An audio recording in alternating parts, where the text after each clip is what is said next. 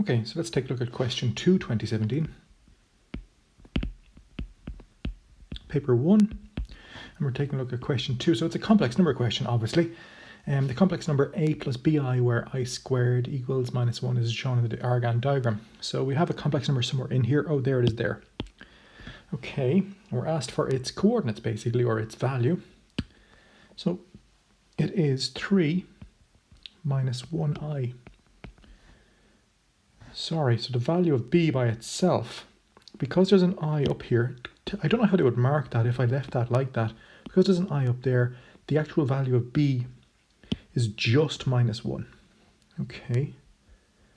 And you'd probably get full marks for writing that because they would have seen the minus 1 and then stopped marking you at that stage. Z2 is equal to minus 1 plus 2i. Plot Z2 on the Argand diagram. So we should be able to do that very easily. Maybe just use purple, nice color. Minus 1 plus 2i is up here somewhere. So we're going to call that guy there Z2. And then we're asked to do some division, it looks like. So we can put a big tick in there to say we did it. Z3 is equal to Z1 over Z2. So Z1 is 3 minus I, and Z2 is minus 1 plus 2i. And we have to basically do this division. That's basically what this question is asking us to do. So we should know the system by now. We're going to multiply above and below by something. And that something is the bottom's conjugate. So the bottom's conjugate is minus 1 minus 2i. So we have minus 1 minus 2i up there also. Multiplying that out, we get... I might start working down the page rather than using up all my paper. So it's going to equal minus 3 minus 6i plus I plus 2i squared. And that's all over minus 1 by minus 1 is 1. Minus 1 by minus 2i is 2i. 2i by minus 1 is minus 2i. And 2i by minus 2i is minus 4i squared. So that's going to equal minus 3 minus 5i plus 2 times minus 1, because the I squared here, we can turn that into a minus 1. That's now all over 1 minus 4 times minus 1, because these two guys here, they killed each other off. So that's equal to minus 3 minus 5i minus 2 all over 1 plus 4.